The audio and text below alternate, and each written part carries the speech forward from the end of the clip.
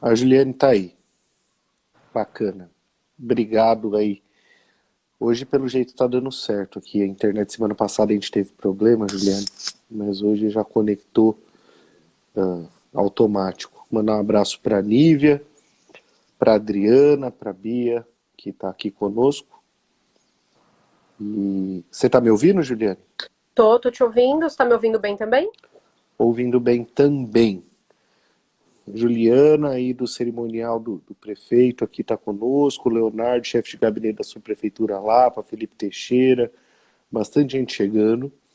Eu vou tentando mandar um abraço à medida que vai avançando a nossa conversa. Caso vocês tenham alguma pergunta, o vereador Cacá aí, nosso secretário em Ferraz também aqui conosco. À medida que vocês tenham alguma pergunta, eu vou pedir que nos mande. Assis, abração. Juliane, primeiro, boa noite. Obrigado por aceitar o convite, de participar dessa nossa conversa de segunda-feira, que já tem se tornado tradicional aí, tem sido muito bacana. Eu pedi seu primeiro boa noite aí para o pessoal que está nos assistindo. Boa noite, Caio. Quero mandar uma boa noite para todo mundo. Agradecer pelo convite. É uma honra estar aqui, participar com você. Né? Eu sempre falo, já virou clichê, mas já tá todo mundo sabe desse discurso, mas o quanto eu te admiro, te respeito, o quanto você é importante, inclusive, né, nessa minha trajetória. E muito feliz de estar aqui hoje com você para a gente falar um pouquinho sobre tudo. Vamos falar sobre tudo. Vamos falar um pouquinho dessa história, que eu tenho o maior orgulho e prazer em, de alguma forma, fazer parte, e a admiração é recíproca, Juliane. Obrigada. Eu ia começar falando de onde a gente veio, né? Alguns amigos aqui que estão já nos assistindo sabem, eu sou de Ferraz de Vasconcelos, nascido e criado, e você também, de alguma forma, criada na nossa cidade de Ferraz de Vasconcelos. E eu queria saber das dores e das delícias da nossa cidade, que não são poucas dores, mas também há muitas delícias. O que você pode contar para gente, o que Ferraz representa para você? Caio, eu nasci também em Ferraz de Vasconcelos. Eu tenho, para quem não me conhece, né, eu tenho 34 anos, eu sou a Juliane Galo. Eu nasci em Ferraz, fui criada em Ferraz, estudei a minha vida em Ferraz. Meu primeiro estágio, meu primeiro emprego foi em Ferraz de Vasconcelos. Eu sou há 16 anos servidora pública em Ferraz de Vasconcelos, né? Tive algumas alterações aí nesse último ano, a gente vai falar sobre isso mais para frente. Mas é a cidade em que eu nasci, fui criada, tenho os meus amigos, consegui desenvolver o meu trabalho profissional, passei os meus momentos de infância na escola, enfim. Ferraz de Vasconcelos é uma cidade que, por um determinado momento, já até passou na minha cabeça em sair, em morar em outro lugar, em trabalhar em outro lugar, mas tem uma força muito maior que me prende aqui. Eu gosto de estar em Ferraz de Vasconcelos, gosto de trabalhar aqui, gosto das pessoas aqui. E eu penso que quando a gente sente isso, sente esse carinho, a gente também quer contribuir para que a cidade avance e quer fazer parte dessa história também, né? Então, Ferraz, para mim, é... Ferraz de Vasconcelos é a cidade que vai estar sempre no meu coração, é onde não sei se vou estar aqui para sempre, a gente não sabe o que vai acontecer amanhã, mas é onde eu quero estar sempre. Isso é uma coisa que eu tenho certeza. Mandar um abraço aí para Val, que entrou e mandou boa noite pra gente, pro Neco, que Boa é do noite, céu, Val. lá na região da Penha, a Sara, que é da CPTM, que está aqui conosco. À medida que vai avançando, eu vou mandando um abraço quem eu vou vendo chegar aqui. Conta pra gente um lugar de Ferraz que você gosta de frequentar, Juliane, um lugar que te inspira, um lugar que te traz aí algum tipo de lembrança que você possa compartilhar E Ferraz conosco. é engraçado, né? Eu estava falando esses dias. Ferraz é uma cidade que, apesar as pessoas às vezes têm um certo preconceito por não conhecer, mas a nossa cidade ela tem questões históricas muito importantes. E eu nasci no bairro do Tanquinho, que é onde meus pais moram até hoje. Foi a cidade onde a gente tem a primeira igrejinha católica, onde Dom Pedro passou, celebrou uma missa, passou por aqui, né? Então a gente tem toda essa questão histórica aqui na nossa cidade. O bairro ali em si, onde meus pais moram, é um lugar que eu gosto de passar por ali, gosto de estar ali. Eu estudei no Carlinho Reis, que é a cidade, fica no centro da cidade, né? A escola, eu estudei a minha vida inteira praticamente lá. Só o primeiro ano que eu estudei no Marta Calisto, né? Que é perto da Fábrica Bandeirantes, mas então eu também tenho um apreço muito grande pelaquela escola. Conheço os funcionários, conheço os professores daqui. Eu falo, Ferraz é uma cidade que avançou muito, que cresceu muito, mas ela tem uma característica muito interiorana, que querendo ou não, a gente conhece todo mundo. Você conhece o pessoal, você conhece o gerente de banco, o dono do açougue, o carteiro que passa todos os dias na rua, que é o mesmo que ainda passa lá na calçada do meu pai. Então, assim, eu tenho um apreço muito pelo bairro, pelo Tanquinho, tanto por essa questão histórica, como por ter sido um lugar onde eu nasci, me criei e passei a minha infância ali, e pela escola também, que é uma escola que eu sempre que posso, eu ainda passo lá, acredita? Subo aquelas escadarias, vou lá, converso com o pessoal que trabalha, que ainda tá lá, que me conhece desde pequenininha. Bacana, Juliana. Vou mandar um abraço para a Deolinda, para o Eliel, o vereador aí em Ferraz Vasconcelos, João Manuel da Costa Neto, que é um querido amigo, hoje diretor da SP Regula, foi secretário de Cultura de São Caetano bastante tempo, Gabriel aí de Ferraz também, que trabalha na CPTM, que está nos acompanhando. E eu ia puxar, aproveitando o Gabriel, que é funcionário da CPTM aqui, puxar uma fala sua, Juliana. Você falou seus anos como servidora. E aqui eu queria tocar num ponto bastante importante. Eu queria que você me contasse um pouco dos desafios de ser um servidor público, do olhar que a gente tem para o servidor público muitas vezes. Mandar um abraço para o Alexandre Modonese, nosso secretário das subprefeituras, que acabou de entrar. Então, eu queria que você falasse um pouco do desafio de ser servidor, de como as pessoas enxergam o servidor e como muitas vezes, e eu posso dizer isso desde já, enxerga de uma forma errada. Eu queria que você falasse um pouco da sua vida e da sua passagem como servidora pública aí na cidade de Ferraz de Vasconcelos. Sim, eu iniciei minha carreira como servidora muito cedo, porque, na verdade, assim, eu entrei, os meus primeiros estágios, eu comecei a trabalhar com 15, 16 anos, fiz estágio na Caixa Econômica Federal, depois eu saí de lá e entrei na faculdade, eu tinha 17 anos quando eu entrei na faculdade de Direito, e comecei a fazer estágio já na Prefeitura de Ferraz.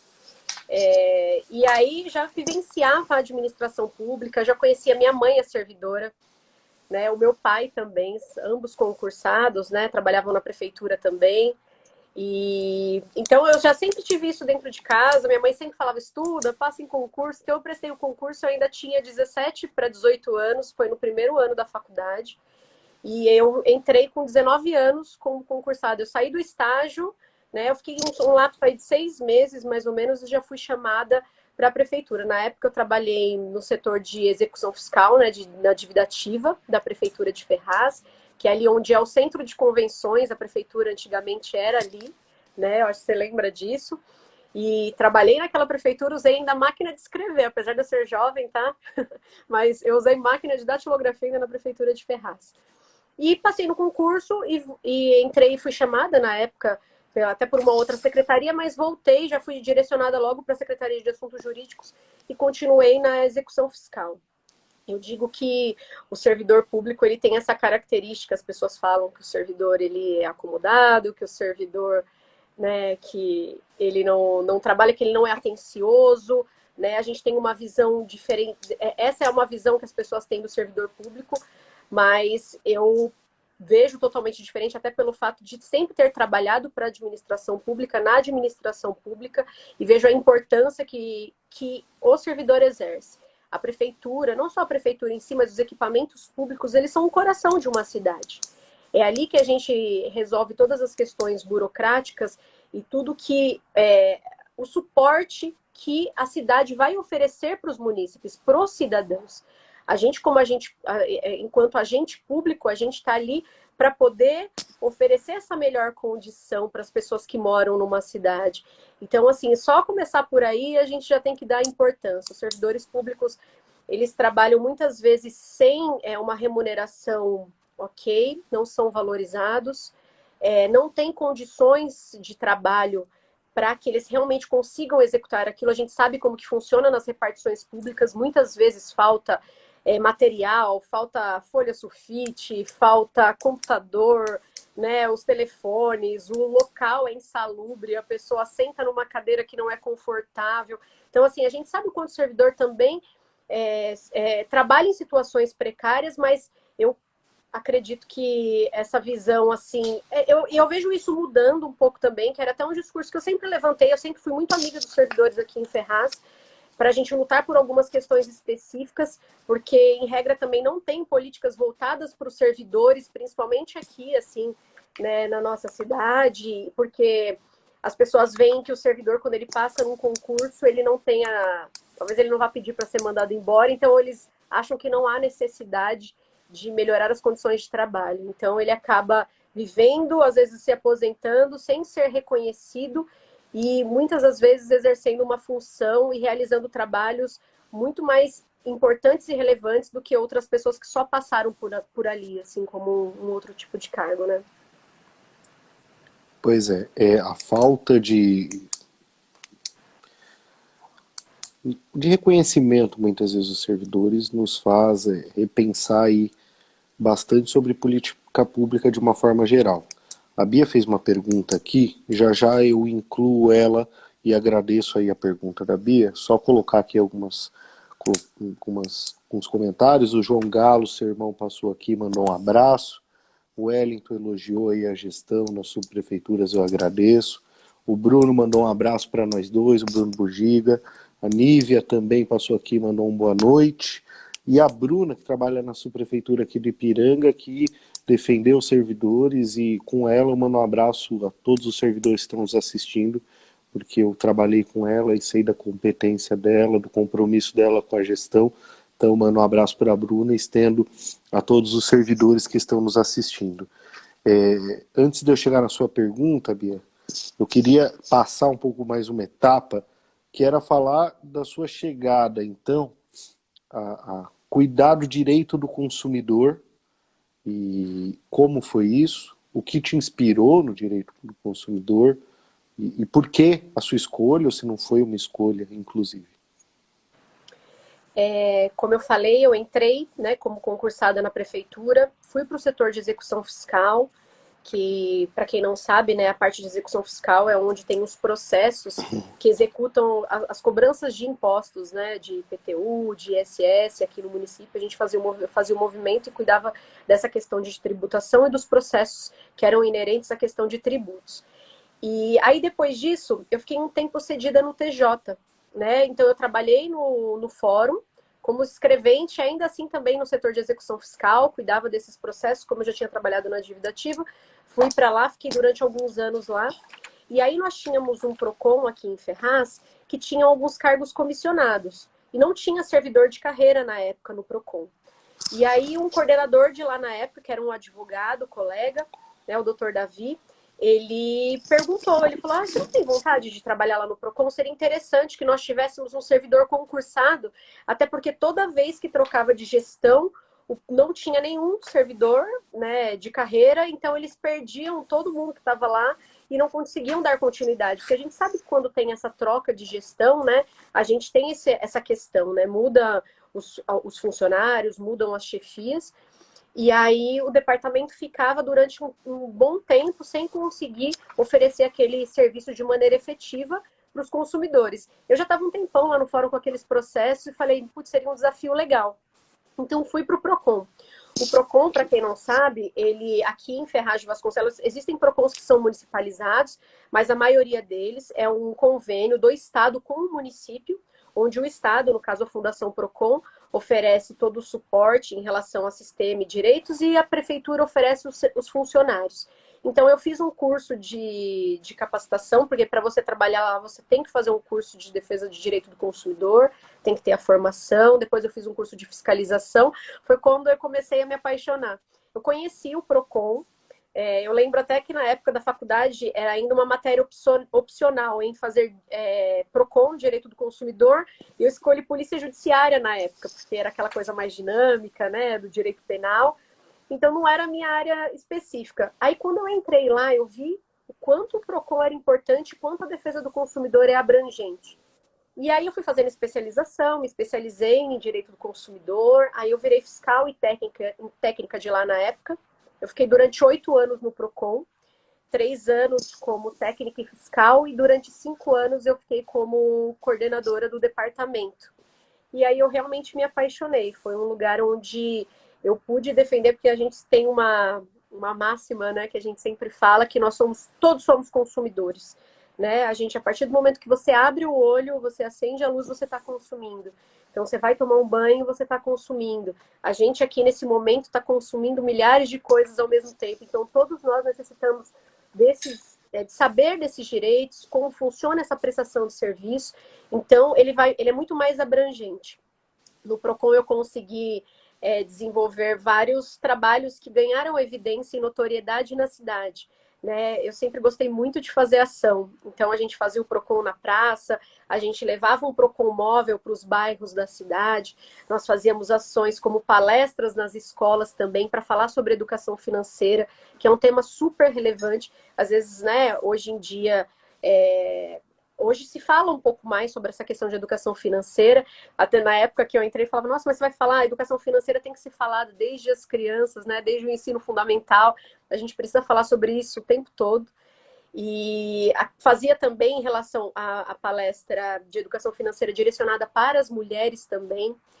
E a gente fazia oficina dos idosos, né? Então, também para falar, porque os consumidores que são vítimas de fraude. Então, tem um leque muito grande, assim, dentro do direito do consumidor, que a gente abrange todos os cidadãos, né? Até os fornecedores, eu falo, fornecedor também é consumidor e ele também precisa saber dos direitos. A gente fazia uma capacitação para os fornecedores também, para que eles atendessem melhor os consumidores, e porque muitos não sabiam de alguns direitos específicos, né? Ali foi um lugar muito rico para mim, porque eu sempre, enquanto servidora, era muito aquela coisa atrás do balcão e quietinha. O Procon me fez falar muito, assim, né? Porque eu consegui estar nos lugares, palestrando, falando e brigando pelas pessoas, né? Então ali foi uma transição, assim, que eu consegui aquele pulso firme e falar assim, não, é isso que eu gosto de fazer. Eu gosto de defender quem realmente precisa, né? As pessoas que estão numa condição de vulnerabilidade, de hipossuficiência, que são os consumidores que a gente atende. Foi um lugar, e é até hoje, porque ainda sou especialista em direito do consumidor, então consigo ainda trabalhar com o tema e falar e ajudar as pessoas o tempo todo. Juliane, a ideia foi que a educação financeira deveria ser fundamental nas escolas.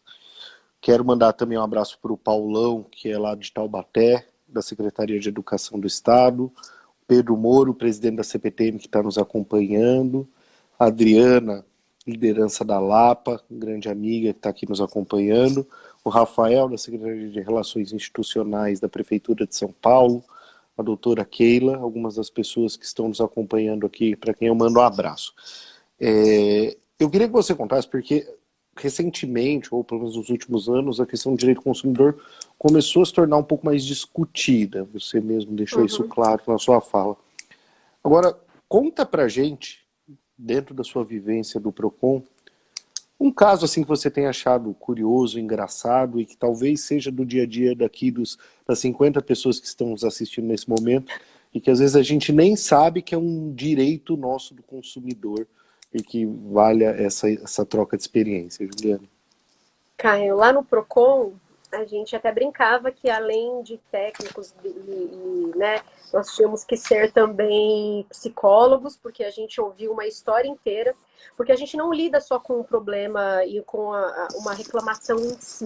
Muitas das vezes era um sonho de uma pessoa, né? Por exemplo, uma pessoa que vai casar e contrata o buffet do casamento, a foto, a filmagem, e aquele contrato não é cumprido da forma como deveria, ou o produto não é entregue da forma que a pessoa gostaria, né? Ou ela vai montar um quarto planejado, que foi uma coisa que ela sonhou a vida inteira, que ela guardou as economias, e aquele serviço não é prestado de forma correta. Então, a gente lidava ali com pessoas que sofriam por ter aquele direito violado, muitas das vezes o que parecia ser uma coisa simples, mas para as pessoas que chegam ali era de extrema importância.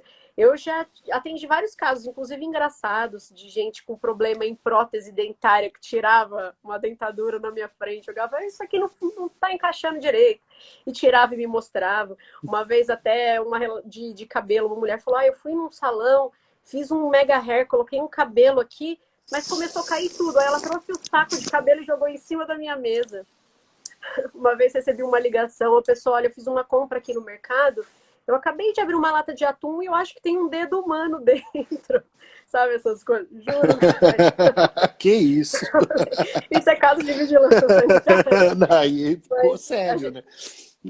Tudo que você imaginou. Então chegava no Procon e falava assim, olha, eu estou cansada do meu marido, eu não quero mais ele em casa. É um caso de divórcio. Mas eu tinha uma brincadeira lá no Procon, não era uma brincadeira, uma frase séria que eu levo para minha vida, que era tudo que nós atendêssemos lá, todas as pessoas que entrassem precisavam sair com uma resposta, precisavam sair com uma solução, independente de qual fosse essa resposta, né? Se ela tivesse que ser direcionada para algum outro órgão, para algum outro profissional, ou se ela precisasse apenas de uma palavra. Amiga, a gente atendia muitos idosos, a nossa maior quantidade de público, assim, era um público idoso, tanto pela questão de fraudes, como eu falei para você, como pelo fato deles não conseguirem resolver os seus problemas sozinhos. Porque antes de você chegar ao Procon, você pode entrar com o serviço de atendimento ao consumidor, com o saque. Tem vários canais que você acessa antes para resolver aquele problema. Então, nós tínhamos algumas pessoas que eram figurinhas carimbadas. Então, eu tinha, né, a dona Inês que ia lá direto, que já me levava bolo, que já me levava mexerica. A Rosa Teixeira, toda semana. que ia... Rosa Teixeira, falaram Sim. que iam bastante aqui nos comentários. Exatamente. Então, assim, ali eu atendi, ó, nesses 8 anos, eu fiz uma conta esses tempos atrás, aí eu acho que eu atendi mais de 40 mil pessoas, assim, ao longo desses 8 anos no Procon, né? Todos os casos e pessoas da cidade, desde vereadores, desde os gerentes de banco, desde os gerentes de loja, a todas as pessoas começaram a ver o Procon, né, de uma forma melhor e que realmente resolvia. E isso foi uma coisa que eu também percebi quando fui trabalhar lá, porque 85% dos casos são resolvidos na esfera administrativa, né? Porque o Procon é um órgão administrativo. Então, antes de você judicializar, o Procon ele serve para resolver esses problemas para que eles não precisem ir para o judiciário. E a gente consegue resolver 85% desses casos. É um Bastante departamento efetivo. muito eficiente, exatamente. Exatamente, Bacana. ele tem uma política de defesa do consumidor. O Código de Defesa do Consumidor, ele tem mais de 30 anos, vai fazer 31 anos esse ano. E há 30 anos atrás, ele foi considerado uma lei muito à frente do seu tempo, né? E ela funciona até hoje, mesmo com toda a evolução tecnológica, a gente consegue ainda... Óbvio, nós tivemos algumas adaptações, até em razão da pandemia, a questão, mas a gente consegue, ela é uma lei muito moderna, desde aquela época, uma lei muito bem escrita e que funciona. A Maria falou que sempre que precisou do Procon foi atendida e o problema resolvido. Passando aqui um pouco o Procon, Juliane, eu queria entender a sua chegada na política. O que te motivou a fazer política? E como foi, então, para você esse novo momento? Eu quero mandar um abraço para a Ju também. A Ju trabalhou lá no Procon, eu entrei lá, a Ju Rocha. Ela foi uma das pessoas que me ajudou bastante também. A Miriam não está aí agora, mas também ela era coordenadora na época, também me ajudou muito. Inclusive a Ju pela comentou questão bastante política. Aqui. Porque ela sabe as questões de fiscalização, de milhares de coisas. Se a gente for falar sobre cada caso específico, a gente vai fazer a live hoje só para falar de casos do Procon.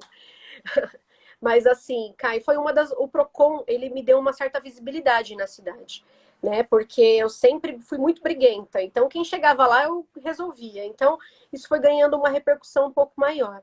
Eu fazia parte do Conselho de Direito da Mulher, né? Até esse 2020, né? A gestão acabou em 2020, mas eu fazia parte do Conselho de Direito da Mulher, sempre fui muito militante das causas voltadas para o direito da mulher também, direito do consumidor e o direito das mulheres. E tanto no Procon como no Conselho da Mulher, eu tentei desenvolver algumas e colaborar com a elaboração de algumas políticas públicas na cidade, como, por exemplo, a própria municipalização do Procon, né? Eu fui em 2018 para Brasília e voltei de lá com todas as minutas. Eu fiquei 2 dias no Congresso e os outros 2 dias eu fui passando em gabinete de deputado pedindo coisas para a gente trazer para a cidade. Porque eu sabia que se a gente tivesse um pouco mais de recurso, os serviços do Procon poderiam ser expandidos. Então, voltei com minutos para a gente poder municipalizar o Procon, Porque, só para vocês entenderem, quando a gente cria uma lei que municipaliza, a fiscalização hoje ela é dividida entre Estado e município. Se a gente consegue municipalizar, essa arrecadação fica 100% para o município.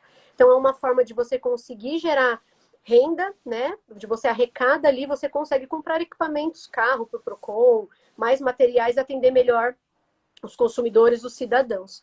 E aí a gente trazia essas coisas, mas assim que passava da esfera ali administrativa e precisava de ser do executivo fazer aquilo ou do legislativo se empenhar naquilo, a gente não tinha continuidade. Em regra, esses projetos eram engavetados.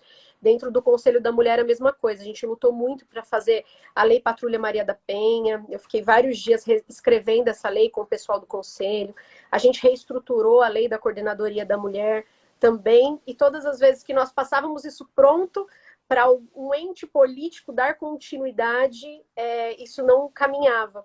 E aí, nesse momento, eu percebi que mais importante do que a gente só fiscalizar e ficar ali naquela brigando e tentando só entregar um papel na mão de alguém, era importante que nós tivéssemos pessoas daquele lado que tivessem essa visão e essa representatividade. Naquele momento, pensava muito sobre a questão de consumidor ou da questão do servidor, como nós estamos falando aqui, porque se você não tem essas pessoas lá dentro para poder brigar pelaquela lei específica, né, a gente não consegue, porque são pautas que quem vivencia consegue tratar ela com mais habilidade, com mais riqueza de detalhes e com mais força mesmo, com mais briga. Então, dentro desse momento, eu percebi que precisava me inserir na política, mas a política também aconteceu de uma forma muito natural. Começaram a fazer enquetes nas redes sociais, porque como o serviço do Procon acabou me gerando um capital político, né? As pessoas viam que eu estava ali brigando por algumas questões e que talvez esse perfil seria interessante dentro da política. Então fizeram algumas enquetes, eu fui procurada por alguns partidos políticos e aí me filiei ao PSDB, onde a gente conseguiu desenvolver um projeto muito bacana, né? Me lancei como pré-candidata a prefeita, fiz uma composição que deu um saldo legal, né, positivo, a gente pode falar sobre isso, mas para mim, eu passei a ter uma visão diferente. Antes eu queria ser vista só como uma pessoa técnica. Hoje eu vejo que sou uma pessoa técnica e política.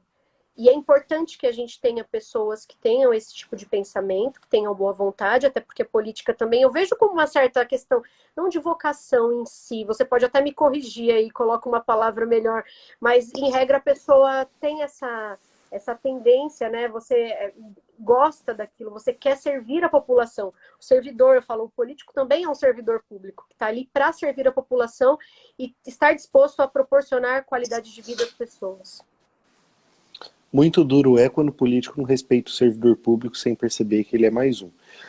Mandar um abraço para a professora Inês, que está aqui conosco. O Daniel Ramos, doutor Daniel Ramos também mandou uma pergunta, e logo que houver uma brecha que eu coloco, tem uma pergunta dele e uma da Beatriz, mas nessa linha da política, e você passou rapidamente aí, eu queria só reforçar um pouco disso, você passa então de uma agente pública, uma servidora, muito rapidamente após sua filiação, e eu posso falar com tranquilidade porque eu acompanhei sua filiação em novembro de 2019, e logo você pontua nas pesquisas a prefeito da sua cidade, e você vira candidato a vice-prefeita, e você, dentro da chapa, tem uma votação muito expressiva.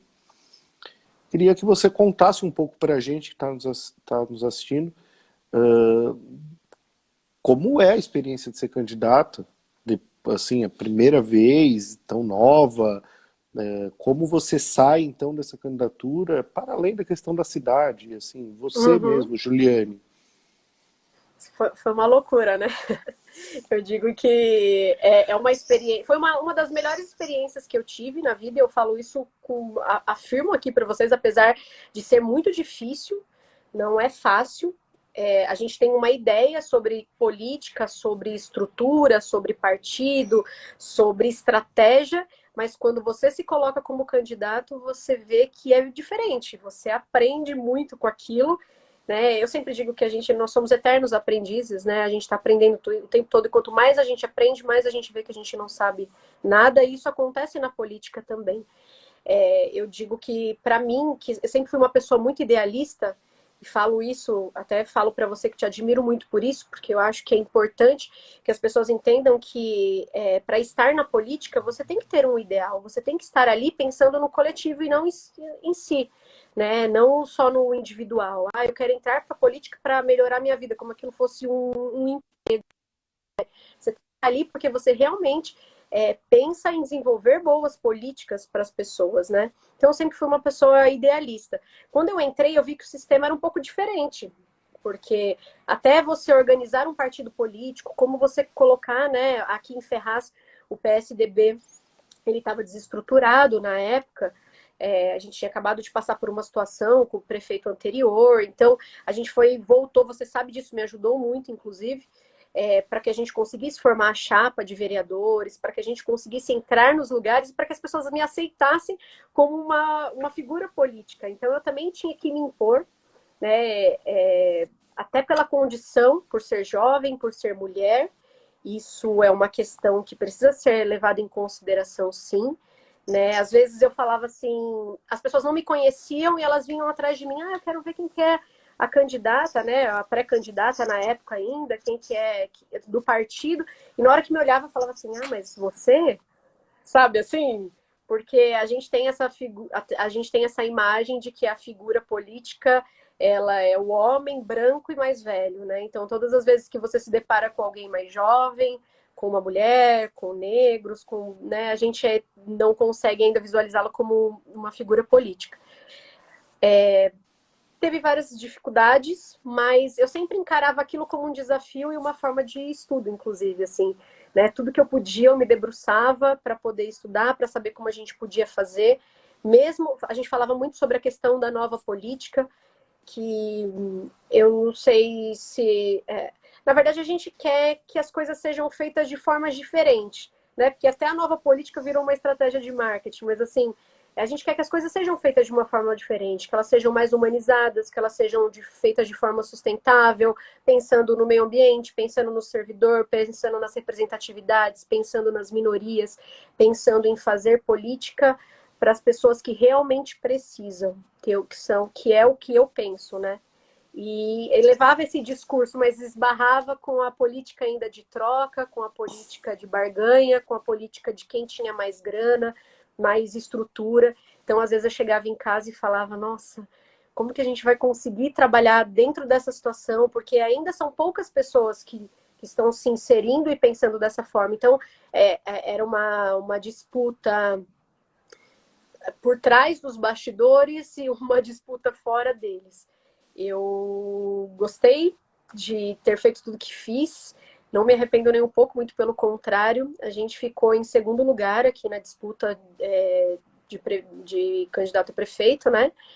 Tendo 29.733 373 votos, 29.373 votos. A gente perdeu por uns 2.000 votos, ficamos em segundo colocados. E perder também faz parte do processo político, porque eu entendo isso. Consegui pontuar vários erros, aprendi muito. Quem perde geralmente aprende mais do que ganha. A política, ela ganha quem erra menos, na verdade, né? Não é quem acerta mais, mas quem erra menos. E hoje eu consigo identificar tudo isso. Vejo um potencial em várias pessoas que precisam fazer parte da política também. E eu pretendo continuar, não sei em qual condição, porque eu vejo que, né, a política está presente em todos os lugares. O que a gente fala que toda vez que a gente levanta uma opinião, né, a gente está agindo de forma política. Então, é isso que eu quero fazer, poder influenciar de uma forma positiva dentro da política no cenário municipal, estadual, nacional. Eu quero estar presente. Bacana. Obrigado por compartilhar essa sua experiência. Eu tenho certeza que foi muito válida aqui para todo mundo. Mandar um abraço para o Rodrigo Assis, que disse que, apesar de jovem mulher, seu nome ecoou muito nas eleições passadas. Mandar um abraço para o Felipe Rezende também, vereador suplente em Santos, nosso amigo também que está aqui nos acompanhando. E agora eu vou pegar a pergunta da Beatriz, porque ela tem um pouco a ver com a próxima pergunta e com o que você falou. Ela pergunta quais os desafios que você enfrentou por ser mulher e jovem no serviço público, principalmente agora em cargos de gestão, onde eu insiro a pergunta sobre a sua chegada no SIC, essa sua chegada no Centro de Integração da Cidadania, os desafios de ser mulher e jovem no serviço público. E se você puder, Juliane, inclua também o que é o SIC para quem está nos assistindo e ainda não conhece. Sim, vou falar um pouco isso.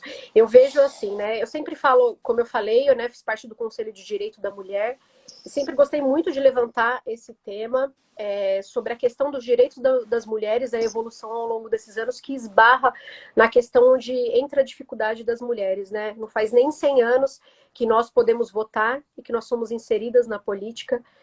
Nós temos uma atualização de leis que inserem direitos para as mulheres muito recente. Então, a gente vem numa condição histórica de que a mulher, ela de uma certa forma, ela é submissa ao homem, a mulher ainda ganha menos que o homem, né? Nós tivemos que lutar para usar calças, nós tivemos que lutar para ter direito ao estudo, para estar dentro das universidades, né? Nós tivemos que lutar para ter direitos trabalhistas, né? Nós tivemos que lutar para ter o direito de uma lei específica de divórcio, porque antigamente existia o disquite, por exemplo, e isso causava um preconceito muito grande para a figura feminina. A lei do divórcio ela é de 1977, ela é muito recente também. A gente tem a condição que altera, por exemplo, no nosso Código Civil, em 2002, um termo que era utilizado, que era o pátrio poder, que dava o poder ao homem dentro da instituição familiar. Isso foi alterado em 2002, veja que recente, né? Só que eu falar 2002 já faz quase 20 anos, mas é muito recente. Então, assim, a mulher ela vem dessa construção histórica e cultural de ser inferiorizada referente à condição masculina. Isso esbarra tanto dentro da questão do servidor, da questão profissional, né? Então, assim, quando você exerce uma função de chefia, de liderança na condição de mulher, você tem um pouco mais de dificuldade. Claro que hoje as coisas são bem diferentes, a gente consegue ver essa força, mas a gente tem que lutar o tempo todo por isso, né? Para quem é mulher e que está ouvindo, e as mulheres que estão, até a Jerusa aí, quero dar uma boa noite para ela também, uma boa noite para todo mundo. Caio vai dando boa noite para todo mundo, sintam-se abraçados por mim também, tá? Senão a gente fica também só falando os dois. Mas, assim, eu percebo essa dificuldade. Enquanto servidor, a gente tinha uma condição de, tipo, os cargos de chefia e diretoria, em regra, são de cargos comissionados. Então, era muito difícil você ver mulheres também exercendo essas questões, até porque são cargos de negociações políticas, até de grupos políticos, e os grupos políticos são formados predominantemente por homens. Então, a gente via mais essas figuras ali naquele lugar. Então, às vezes, você exercia uma função técnica enquanto servidor, né? Isso acontecia muito e acontece, e você via algumas figuras políticas na chefia, na direção ou no secretariado, mas quem estava desenvolvendo todo o trabalho por trás era o servidor que não era reconhecido, que não é reconhecido, desvalorizado. Então, eu vejo nessa questão do servidor isso. Em relação às mulheres, eu acho que vem mais dentro dessa questão histórica e cultural que tem mudado e a gente luta para que ela mude cada vez mais, porque existem muitas pautas que ainda precisam ser discutidas das mulheres em si, e a gente precisa que mais mulheres estejam engajadas nisso, para que a gente consiga fazer essa alteração. Eu participei uma vez de uma conferência na Defensoria, e tinha um estudo que dizia que para a gente conseguir essa equiparação entre homens e mulheres, nas esferas profissionais, inclusive, duraria ainda mais uns 100 anos, né? Eu lembro que na época ela falou 96 anos. Então, imagina que para que a gente consiga ter esses direitos iguais, a gente ainda vai precisar, eu não vou estar mais aqui, eu vou, sei lá, meus bisnetos, minhas bisnetas, que eu espero que eu tenha bastante, elas que vão estar para poder desfrutar desse momento de equiparação. Mas se a gente conseguir lutar e movimentar mais mulheres, e homens também, porque a gente não está falando aqui de uma questão só das mulheres, os homens se conscientizando, se desconstruindo e ajudando também, a gente consiga diminuir um pouco desse tempo aí para que os direitos sejam equiparados. Juliane, a Jerusa mandou um abraço aqui pra gente, secretária, vereadora querida. Eu vou te dizer que a gente vai ter que fazer uma live só sobre direito do consumidor, porque ainda tem pergunta do Daniel que não deu tempo de fazer É, sobre direito do consumidor, e da Tami também, que aqui entrou. A da Tami eu não quero que você responda, mas eu vou fazer para a gente provocar aqui a discussão. Ela pergunta se nós podemos mover uma ação contra o governo federal por aceitar um torneio político em meio a tantas mortes decorrentes da pandemia e o descaso com a vacinação. Bem colocado, viu, Tami? Sua pergunta, ela é também uma afirmação aí, acho que fica a provocação. A gente então vai ter que fazer uma só sobre direito do consumidor, uma só sobre política e uma só sobre o SIC, porque pouco tempo restou para a gente eu para tenho que falar falar. disso. Eu ia pedir então Exatamente. para você contar o que é o SIC Tá. e um pouco do que você pensa para o SIC, e aí a gente vai ter a oportunidade de falar só sobre as suas realizações. Afinal, você chegou agora também, eu queria que você contasse isso rapidamente para a gente poder partir para a Ótimo. etapa Então, final. vou ser mais breve. Eu fiquei como servidora pública municipal em Ferraz, pedi licença para disputar as eleições, saí das eleições municipais, das eleições aqui, né, para a prefeitura municipal, e recebi um convite do governo do estado para dirigir o SIC. O SIC é o Centro de Integração à Cidadania. Para quem não conhece, é um equipamento que promove políticas públicas de acesso à justiça, a direitos, né? E a própria cidadania em si, é a ponte entre a comunidade e esses serviços, né? A gente oferece aos cidadãos, né? Em regra, o SIC eles são localizados em regiões periféricas. O SIC aqui em Ferraz fica próximo à CDHU, em frente à estação Gianete. Lá a gente oferece alguns serviços, como o PAT, que é o posto de atendimento ao trabalhador, né? Que tem vagas de emprego, que faz a parte de seguro-desemprego e carteira profissional. A gente tem o próprio PROCON lá dentro também, que oferece o serviço de defesa do consumidor. A gente tem o Bolsa Família, o Cadastro Único. Lá a gente promove a realização de cursos também, né? Nós temos atualmente curso de cabeleireiro, né, curso de manicure. Nós temos também uma biblioteca, que é parceria com a Secretaria de Educação, então as pessoas podem ir até lá acessar os serviços de biblioteca. Nós tínhamos até um tempo atrás o Acesso a São Paulo, que era os serviços de computadores de informática, né, internet, para que a população que não tem computador em casa possa utilizar. O programa ele acabou, mas a gente já entrou com um processo de doação, que já ganhamos, inclusive. A gente só vai alterar o nome do programa para continuar oferecendo esses serviços dentro do SIC. Lá a gente tem a possibilidade de desenvolver uma parceria com o terceiro setor, né? Então, com as ONGs, associações, entidades que fazem um trabalho direto na cidade, podem utilizar o espaço. A gente realiza ações e eventos em conjunto também. Tem a parte de emissão de certidões, de emissão de documentos, que é o IRGD. Enfim, tem muita coisa que já existe, muita coisa que pode ser feita lá no SIC. Eu assumi como um grande desafio há 2 meses, né? Ainda quando eu entrei, a gente estava naquela fase roxa, então nós estávamos funcionando só com serviços essenciais, que era o IRGD e o Bolsa Família, até pela questão do recebimento de benefícios e auxílio emergencial. Mas agora que nós já mudamos, né, a gente está conseguindo fazer alguns serviços por agendamento, mas a intenção é de que a gente consiga ainda fazer muitas coisas mais lá. Vou falar um pouquinho para você dos projetos. Isso, inclusive eu acho que já tem uma conversa aí que o Vitor iniciou, das ações do núcleo de ações afirmativas que a gente criou no Ipiranga e na Lapa, e que eventualmente a gente vai costurar algumas Sim. ideias em conjunto do SIC Ferraz com a subprefeitura. Queria mandar um abraço para a Denise, que sempre nos acompanha, está aqui conosco, para a Cris, que disse que já usou o SIC quando era moradora de Ferraz, um serviço muito importante para a nossa cidade. Então, chegado aqui os 42 minutos, a gente sempre tenta terminar entre 45 e 50. Eu tenho 4 perguntas um pouco mais diretas para a sua resposta, e aí a gente caminha para o fim. Ó, o Diego chegou aí, o Dieguinho mandando palmas aí para a gente. Vou começar com uma que eu ia fazer lá atrás, mas não encaixou, a gente foi passando, mas eu acho que ela serve nesse momento também. Juliane, a maternidade é um ato político? Viver é um ato político. A maternidade é 2 vezes mais para as mulheres e mães que estão ouvindo isso, que vivem o cotidiano e sabem do que eu estou falando. Hoje, a maternidade, ela sempre foi uma coisa muito romantizada, e a gente sabe que não é. desde a questão de acessos ao serviço público, a questão de pré-natal, de atendimento médico. Primeiro, desde a decisão da mulher em querer ser mãe ou não. A mulher ela já vive dentro dessa pressão de ter que ser mãe. As que não querem ou as que não podem sofrem com isso. Então, é uma questão que precisa ser discutida e uma bandeira que precisa ser levantada. A gente precisa confortar aquelas mulheres que não podem, né, através de políticas públicas, inclusive.